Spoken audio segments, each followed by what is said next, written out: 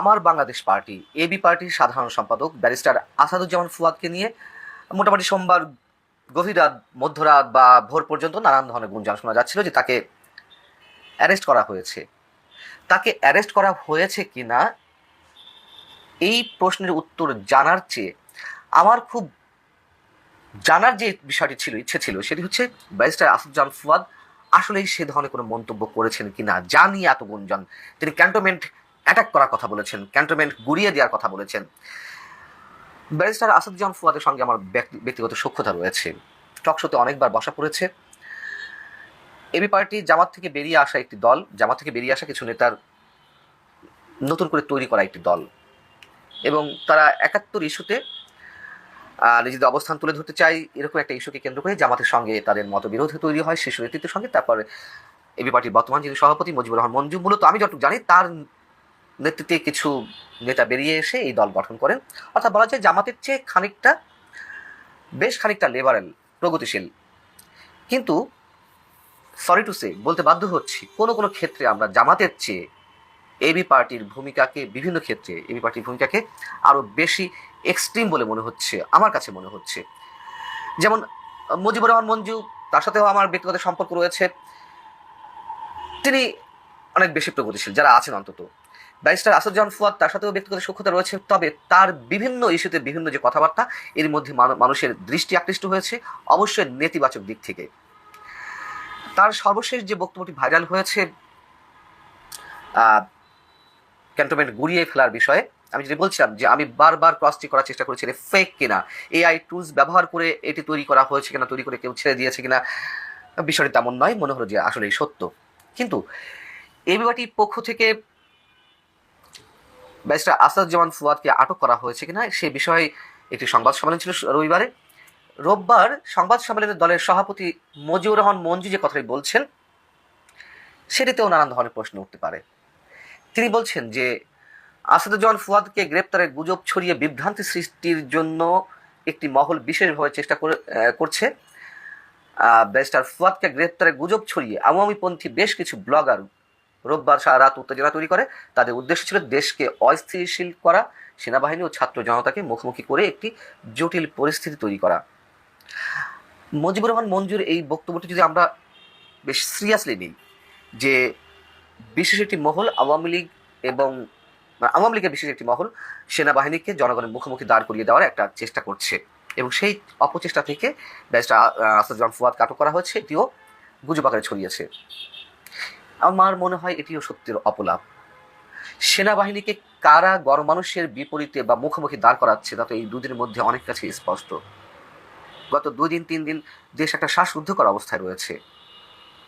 সেনাপ্রধানের সঙ্গে জাতীয় নাগরিক পার্টির 2 নেতা সার্জিস আলম এবং হাসনাত আবদুল্লাহর সঙ্গে কি কথা হয়েছে, সেইগুলো কিভাবে রংচং দিয়ে ছড়ানো হয়েছে, সেগুলো তো আমরা জানি।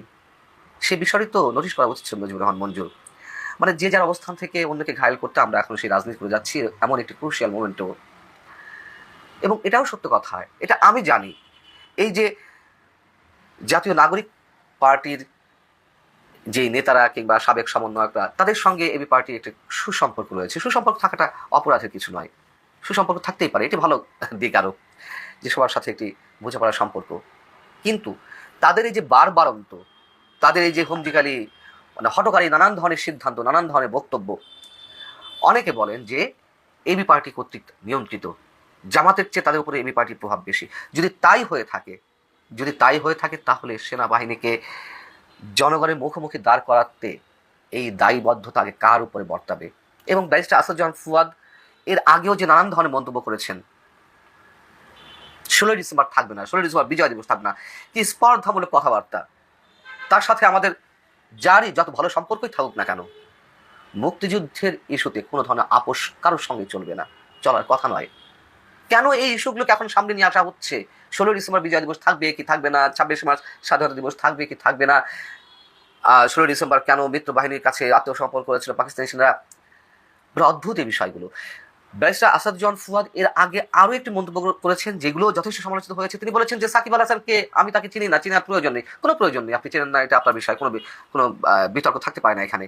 কিন্তু আপনি বলেছেন যে একটা বলের পিছনে 22 জন খেলোয়াড় বা 22 জন মানুষ দৌড়াবে, এটার কি প্রয়োজনীয়তা রয়েছে? কেন খেলা দেখতে হবে? খেলা দেখে কেন উপভোগ, মানে খেলা উপভোগের কি আছে? এটা কোন ধরনের চিন্তা ভাবনা, কোন ধরনের মস্তিষ্ক প্রসূত কথাবার্তা হতে পারে এটি? খেলাধুলার প্রয়োজন নেই মানে, ক্রিকেট, ফুটবল ইত্যাদি ইত্যাদি খেলাধুলা থাকবে না মানে, এগুলো তো তালেবানি কথাবার্তা। তো সেই সব কথাবার্তা থেকে যখন ব্যারিস্টার আসাদুজ্জামান ফুয়াদের এই বিষয়টি ভাইরাল হয়, ক্যান্টনমেন্ট অ্যাটাক করা, গুড়িয়ে দেওয়ার, যদিও মুজিবুর রহমান মঞ্জু তিনি দাবি করেছেন যে এই বিষয়টি, তার এই বক্তব্যটি 2024-এর 5 আগস্ট গণঅভ্যুত্থানের আগের, যদি হয়েও থাকে তখনও বা তিনি কেন ক্যান্টনমেন্ট অ্যাটাক করার কথা বলবেন, গুড়িয়ে দেওয়ার কথা বলবেন? তাও ভালো যে আমাদের যে ধারণা সেটি মিথ্যে প্রমাণ হয়নি বা সেটি ফেক বলে প্রমাণিত হয়নি এই বক্তব্যটি। কেন ক্যান্টনমেন্টকে আঘাত করার কথা বলতে? কোনো জায়গায় তো এমন বিশেষ করে স্পর্শগত বিষয় থাকে যেগুলোকে আমরা কখনোই কোনোভাবে আলোচনা কেন, কোনো কাজকর্মে বা কোথাও কোনো ধরনের ইঙ্গিতেও আমরা বিষয়গুলো আনতে পারি না। ক্যান্টনমেন্ট অ্যাটাক করা বা গুড়িয়ে দেওয়ার মতো বিষয়। এবং তাও আমি কনফার্ম না যে এই বক্তব্যটি আসলেই 5 আগস্টের আগে অথবা সাম্প্রতিক সময়ের কিনা। আমি ধরে নিলাম মুজিবুর রহমান মঞ্জুর এই বক্তব্যটি সঠিক, কিন্তু আসলেই কি ব্যারিস্টার আসাদুজ্জামান ফুয়াদকে আটক করা হয়নি? এমনও শোনা গেছে যে তাকে তুলে নিয়ে যাওয়া হয়েছে, তাকে থ্রেড করা হয়েছে, যেটুকু যা বোঝানো বুঝিয়ে দেওয়া হয়েছে।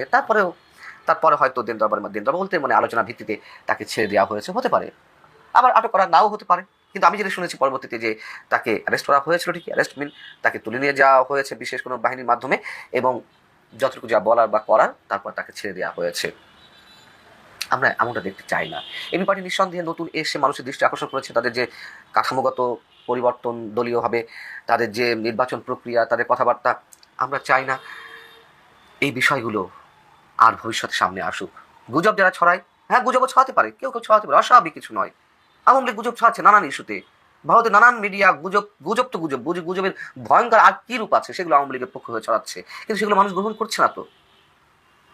কিন্তু প্রকাশ্যে যা আসছে সেগুলোকে আমরা অস্বীকার করবো কিভাবে? আল্লাহ হাফিজ, ভালো থাকুন।